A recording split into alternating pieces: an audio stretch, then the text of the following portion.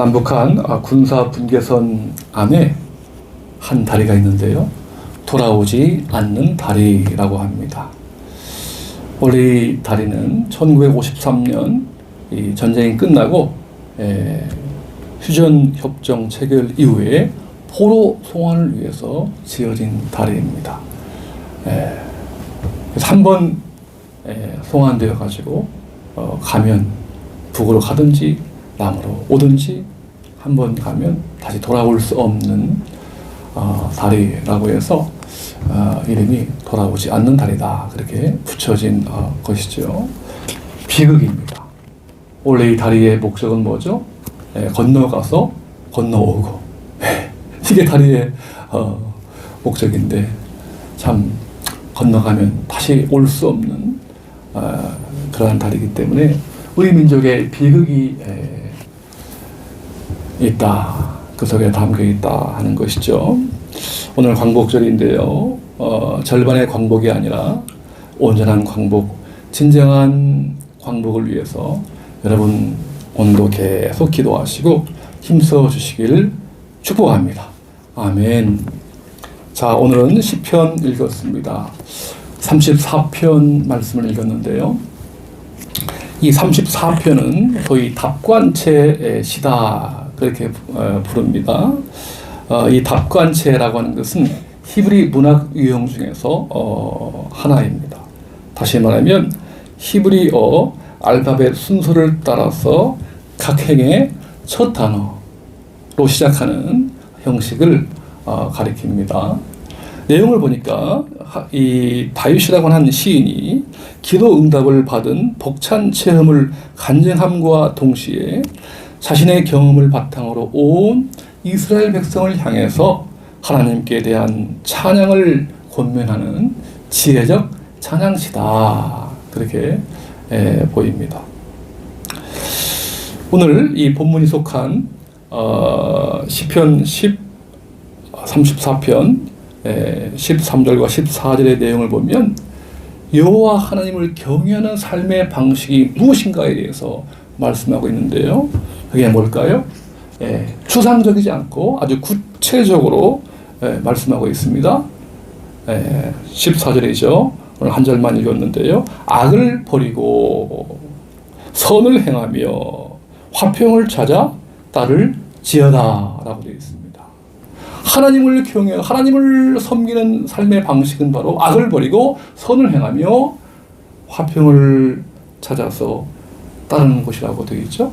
여러분 이 말씀 가운데 특별히 이 화평이라는 말을 주목해 보시길 바랍니다. 다른 말로 뭐라고 하죠? 평화다, 화해다, 화목이다, 평강이다 그런 뜻이죠. 히브리 말로요. 이 평화를 우리 잘 알고 있죠? 뭐라고 합니까? 평화하면 샬롬 그렇습니다. 샬롬. 지금도요. 저 중동 이스라엘 사람들은요. 인사할 때 샬렘 그럽니다. 우리 안녕하세요. 그런 뜻이죠. 이 샬롬의 뜻은요. 단순히 어떤 전쟁과 불화가 없는 상태 그걸로 끝나지가 않아요. 한 걸음 더 나아갑니다. 단순히 싸움이 없는 상태가 아니라 보다 적극적으로 평화를 만들어서 평화를 만들어서 마침내 구원에까지 이르는 상태 그걸 가리켜서 바로 샬롬이다. 평화다. 평화를 적극적으로 힘쓰고 있는 힘을 다할 것을 오늘 말씀하고 있습니다. 여러분 그런데요. 살아가면서 사실 마음에는 참 평화를 갈망하고 평화를 원하지만 살아가면서 우리 삶의 환경은 평화보다는 어떻습니까? 갈등과 분열과 전쟁과 다툼으로 얼룩져 있어요. 그렇죠? 그 당시 그랬습니다. 오늘 이 시를 쓴 다윗이요. 다윗 역시도 참 평화를 원했는데 사실 다윗이 걸어온 삶의 그 환경과 인생은요 결코 평화롭지 못했어요. 이 사울 왕의 미움 받아가지고요 괜히 사울 왕이 예? 이 다윗을 시기하고 미워하고 질투해서요. 말로 폭력을 하는 것이 아니라 그뿐 아니라 직접 다윗을 내가 죽이겠다 이렇게 작정하고서 다윗을 막 쫓아다닌 겁니다. 그 다윗이 사울 왕을 피해서 뭐 정말 굴 속에 들어가기도 하고 광야로 피신하기도 하고 더 이상 갈 데가 없으니까 안 되겠다. 이스라엘 조국 땅에 있으면 사울 왕에게 목숨을 잃기 때문에 이제는 막다른 골목 어디죠? 그 옆에 있는 원수 지간에 있는 타 민족인 이 블레셋 나라로 이렇게 몰래 도망갑니다. 그런데 그만 이 다윗이 블레셋 사람들에 의해서 발각돼요. 들킵니다. 잡혀요. 그래서 왕궁으로 이 블레셋 왕궁으로 끌려오는데 이 부하들이 이 다윗을 죽여야 됩니다. 우리 나라의 원수기 때문에 죽여야 됩니다. 하니까 그때 하나님께서 지혜를 주셔가지고 다윗이 갑자기 그 이방 블레셋 왕 신하들 앞에서 미친 짓을 하는 거예요. 입에 말이죠. 막 입속에 막 침을 흘려가지고 벽에 바르기도 하고요. 거품을 막 흘리는 겁니다. 그래서 미친놈을 내 앞에 데려왔다고 당장 쫓아내라고. 그래서 다윗이 겨우 목숨을 건지게 돼요. 여러분 한번 상상해 보시죠. 그때 그 다윗의 그 마음이 얼마나 정말 불안하고 평강보다는 어때요? 마음에 얼마나 번민과 두려움이 컸겠어요. 그죠? 목숨을 잃을 위기 앞에서 얼마나 두려워 떨었겠습니까? 네. 여러분 이처럼 지금도 그렇습니다. 오늘 광복절이죠, 그죠? 지난 일제에 의해서 우리 땅이 짓밟히고 36년 동안 정말 그 당한 모진 시련과 고통과 아픔이라고 하는 것은 정말 끝이 없을 것 같아요. 정말 하나님의 은혜와 우리 선조들의 피로써 이 땅에 광복을 맞이했잖아요. 그런데요, 우리가 하는 것처럼 아직도 정말 남한과 북한이 서로 사랑하지 못하고 하나가 되지 못하고 이렇게 으르렁거리고 불화하고 지금요, 이게 평화가 아니에요. 잠시 전쟁을 중단 상태인 휴전이에요. 전쟁이 끝난 게 아니라 지금 잠시 휴전 상태에 있어요. 지난달에요, 북한이 이제 남한과 북한 통신 연락선을 다시 재개하자. 그래가지고 얼마나 우리 정부에서 좋아하고 이제는 다시 한번 이 대화의 물꼬가 이 평화의 물꼬가 트여지나 보다 기대했는데 근데 이제 예정된 이 한미 군사 연합 훈련 있잖아요, 그죠? 그걸 예정대로 진행하려고 하는 순간 북한이 또 그걸 걸고 넘어가지고 그걸 중단시키라. 김여정 이름으로 한미 연합훈련하니까 남조선 당국자들의 배신적 처사에 유감을 표한다 하면서 반드시 대가를 치르게 될 자멸적 행동이다. 그렇게 막 엄포를 놓고 경고를 했어요.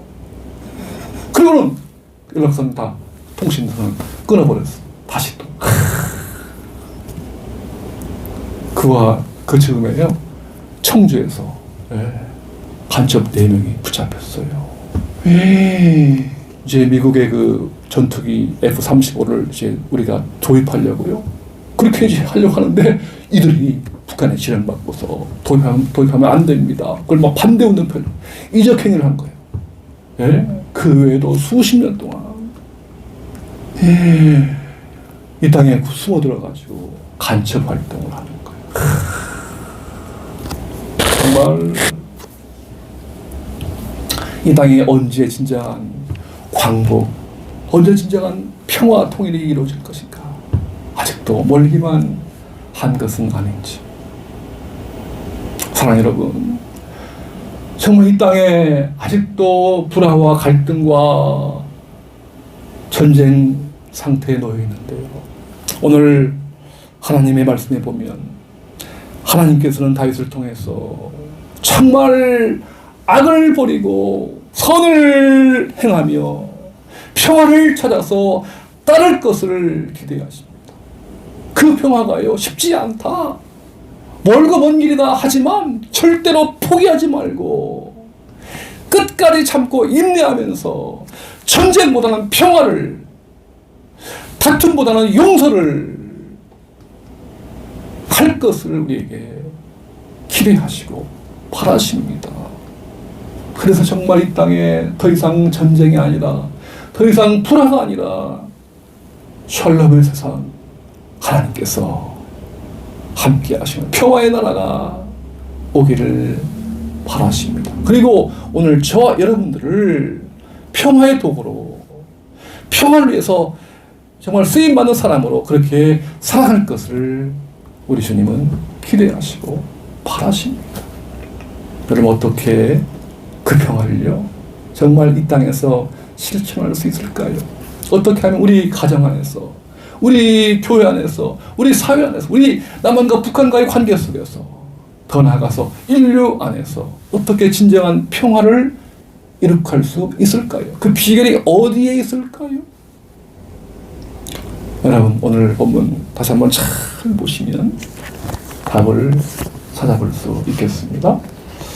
다 같이 한번 시편 34편 14절, 오늘 본문이죠? 예. 시작. 악을 버리고 선을 행하며 화평을 찾아 따를지어다. 아멘, 아멘. 여러분, 지금 오늘 다윗이요, 체험했습니다. 야, 화평을 찾아서 따랐더니요, 이 다윗에게 평화가 찾아왔잖아요. 다윗이 그 이방 땅에 가가지고 블레셋 왕 앞에서 정말 목숨을 잃을 위기에 놓여 있었을 때 다윗은 순간 하나님께 평화를, 안정을, 또 구원을 기도했어요. 예, 요청했단 말이죠. 그때 하나님께서 다윗에게 기가 막힌 그 지혜를 주셔가지고, 예, 그 위기를 벗어나게 하셨잖아요. 예, 어쨌든, 그죠? 예, 예, 정말 이상한 짓을 했지만은 그 미친 짓을 통해서, 예, 목숨을 건지고, 예, 그 위기에서 벗어나게 되었던 것입니다. 이 평화란 말과 이 구원이란 말은 서로가 같은 말로 쓰이기도 한답니다. 다시 말하면 그 위기 속에서 하나님께서 다윗을 건져내는, 구원해냄으로써 마침내 그 마음에 안정과 평화를 선물로 안겨주셨던 것이죠. 여러분, 우리가 이제 신약 시대를 건너오게 되면 그 하나님의 모습이요, 이 땅 가운데 오시죠? 그분이 누굽니까? 하나님의 아들이신 바로 예수 그리스도. 그렇죠? 여러분, 구약 성경에요, 그 앞으로 오실 메시아인, 그 구세주인, 그 예수님에 대해서 예언하고 있는데요, 우리가 이사야 9장 6절에 보면 앞으로 오실 인류의 구세주 예수 그리스도에 대해서 예언하고 있는 그 예언 가운데 그 메시아가 누구냐, 어떤 분이냐, 그 정체성이 누구냐 할 때에 한마디로 말하면 그 가운데 이런 표현이 있어요.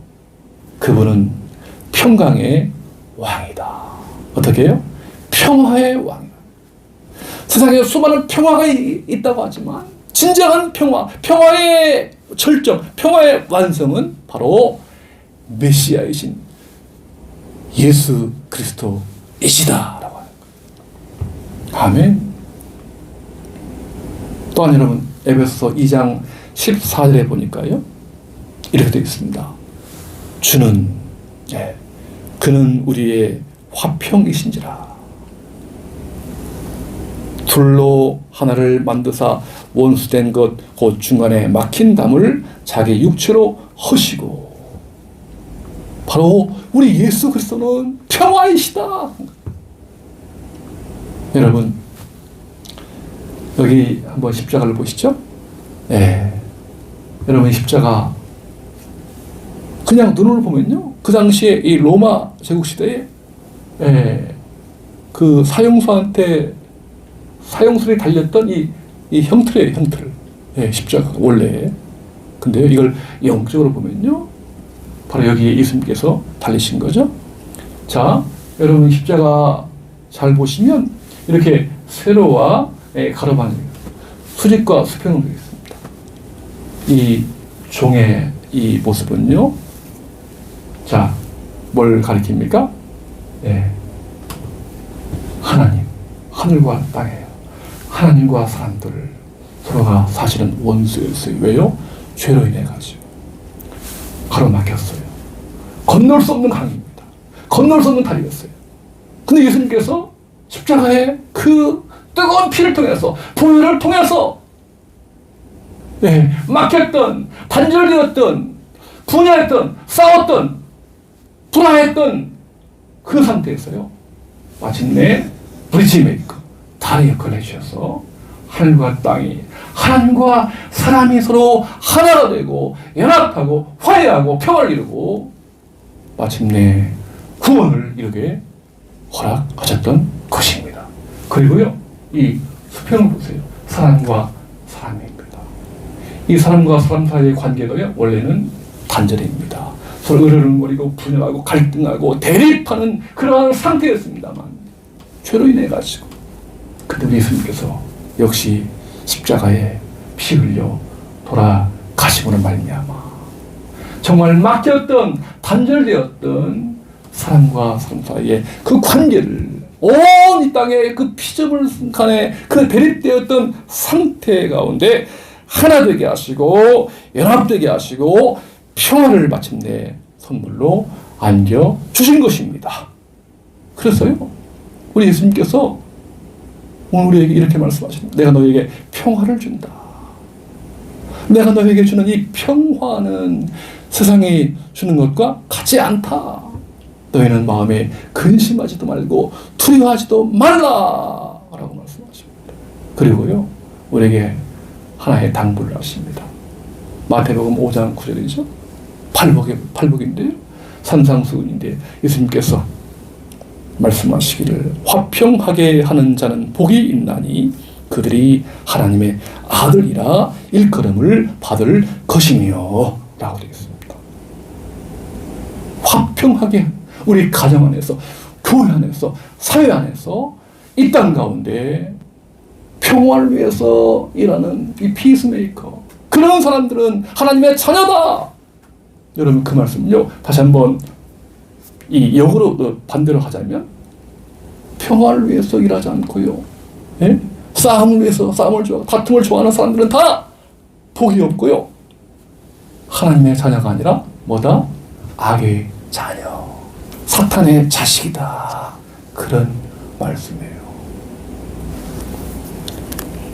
여러분, 그렇습니다. 평화는요, 평화의 출발, 평화의 완성, 평화의 절정은, 평화의 본질은 바로 예수 그리스도, 우리의 주님이신 줄로 믿습니다. 정말 평화를 사랑하고 평화를 갈망하고 평화를 위해서 일하면 하나님의 자녀이지만, 분열과 다툼과 싸움을 위해서 일한다면 그것은 악한 영의 자녀입니다. 여러분, 우리 한번 살아가면서 우리 주변을 돌아보세요. 어떻습니까? 사실 평화 다 좋아, 사랑하죠, 이제, 그죠?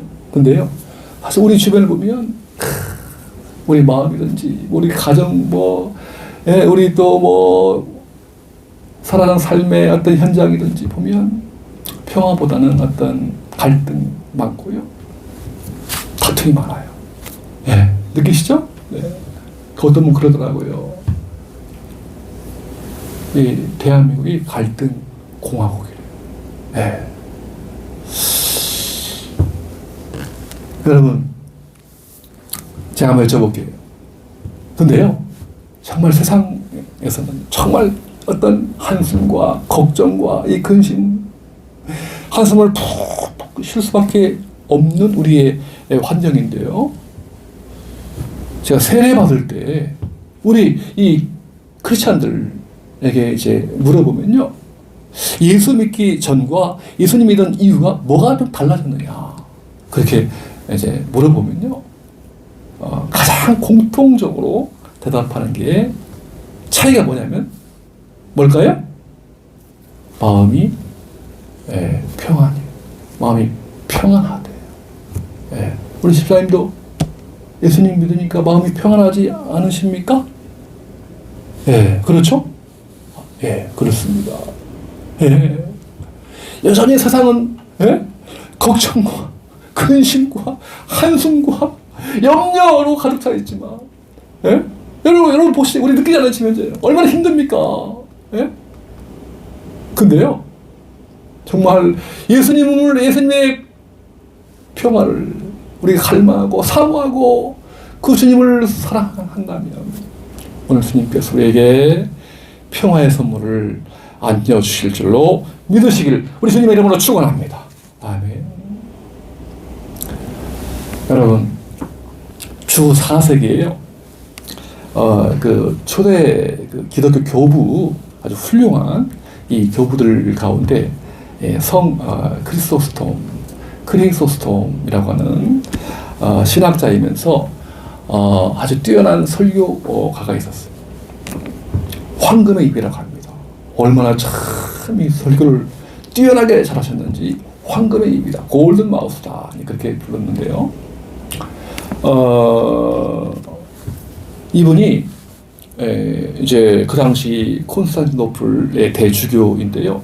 그 높은 지위에도 불구하고 뭐 과감하게 정말 이 황제라 할지라도요, 황제 앞에서도 뭐 그냥 비굴해하지 않고 황제가 막 사치하고 막 인색하고 그러면 과감하게 황제에 대해서도 막 이 하나님 말씀 막 경고했던 아주 예언자적인 설교로 유명한데요. 나중에 이제 미움 받아가지고 유배를 당해서 거기서 생을 마감하게 되는데요. 이 크리소스톰이 이 전쟁과 평화에 대해서 여러 가지 좋은 말씀을 하셨는데요.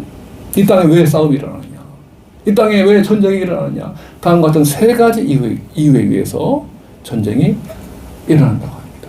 첫 번째는 한 국가가 외부의 적에 의해서 위협을 받을 때. 그렇죠? 우리는 그냥 평화를 원하지만 외부의 다른 나라가 전쟁을 원하는 거예요. 그럼 부득이 싸울 수밖에 없잖아요. 그죠?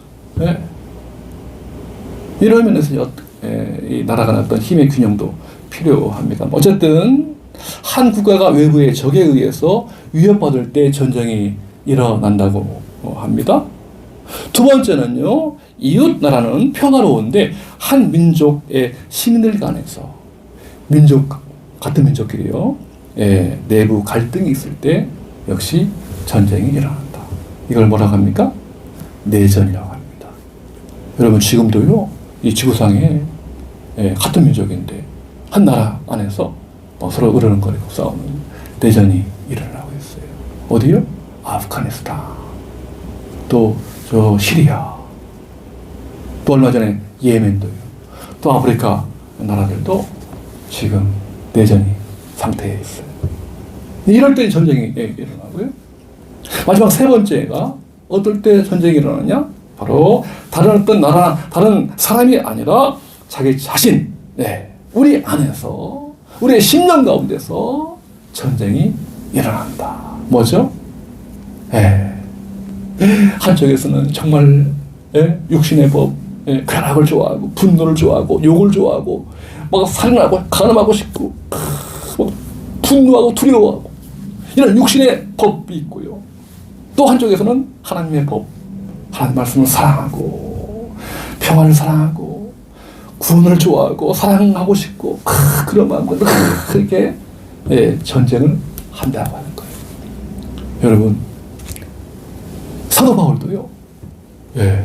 성경에 나오는 사도 바울도 로마서 7장에 보니까 예. 예수 믿은 이후에도요.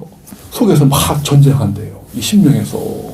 예? 하나님의 법과 육신의 법이 막 서로가 막 으르거리면서 예. 이 전쟁을 치른다. 그렇게 고백하면서 이 사망의 몸에서 누가 나를 건져내랴. 그렇게 탄식했던 적도 있었습니다. 여러분, 자, 이 세 가지 전쟁 중에서 가장 무서운 전쟁이 뭘까요? 네, 가장 끔찍한 전쟁이 뭘까요? 이 크리소스톰은 이 세 가지 전쟁의 형태 중에서 가장 무섭고 두려운 전쟁은 몇 번? 3번이라고 했어요. 내 속에서요. 네, 내 속에서 서로가 막 싸울 때, 네? 여러분, 한 나라 안에서 전쟁, 그런 것들은요, 지극히 부분적이지만, 이 우리의 10년 가운데 하는 전쟁은요, 아마 이 땅에 80억 인구 거의 다 오늘도 막 싸울 거예요, 속에서요. 어떻게 하나. 네.